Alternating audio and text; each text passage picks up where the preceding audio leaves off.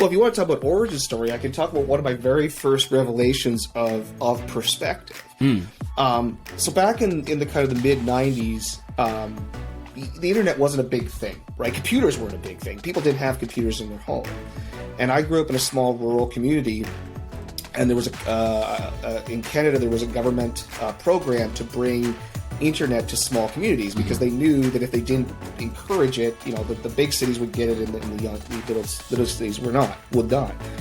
And I had been playing with technology a bit at that point. I was just an early adopter into technology. My father, kind of was really encouraging of that. He saw the future of this coming.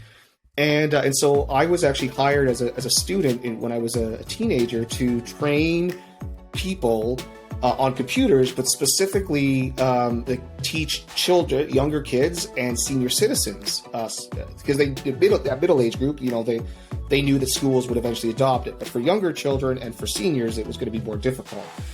And I remember teaching. There was a gentleman who came in. He wanted to look up some government form. I forget what the form was, and I remember him taking the mouse. This is a man who probably had maybe half a dozen times in his entire life had seen a computer, let alone touched one. And he took the mouse and he started kind of dragging down the form, and he got to the edge of the desk and he kind of looked at me. He stopped and looked at me and was like, "Well, the form's. How do I go farther down on the form? Like, I'm at the edge of the desk." And I kind of looked at him, and I had to think for a second what he was asking me, because in my head you just pick the mouse up and you just keep dragging. Yes. But in his head it was linear, right? And so he scrolled down to the form, and he's like, "Well, now I'm at the bottom of the desk.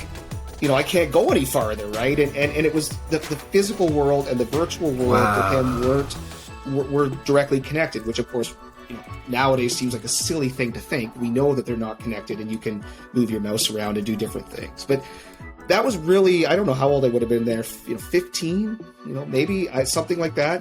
And it was really a poignant moment of how, I, who grew up with this and had a computer at home and had been spending a few years, I knew basic programming at that point, how my perspective was so vastly different than this gentleman that I was helping. And that was a real big moment in kind of customer service for me, and it started to kind of shape how I viewed talking to people, because this is not true just with computers or technology and support. I mean, it's true in life.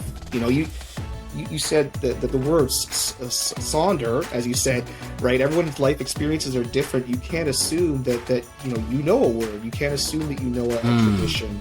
And those things, that was something that really sparked my kind of first idea of, hey, perspective is important. Wow. Man, Craig, that almost painted a picture of what the world was like when we thought the earth was flat.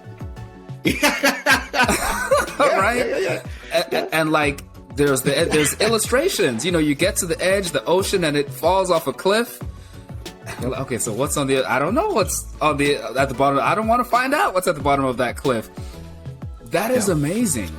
And so that was your first experience of, wow, someone has a very different experience with this same. You almost had the same data, but interpreted it completely differently. How is that possible? If the Earth had an edge, I hope it would look like this. The edge of a flat Earth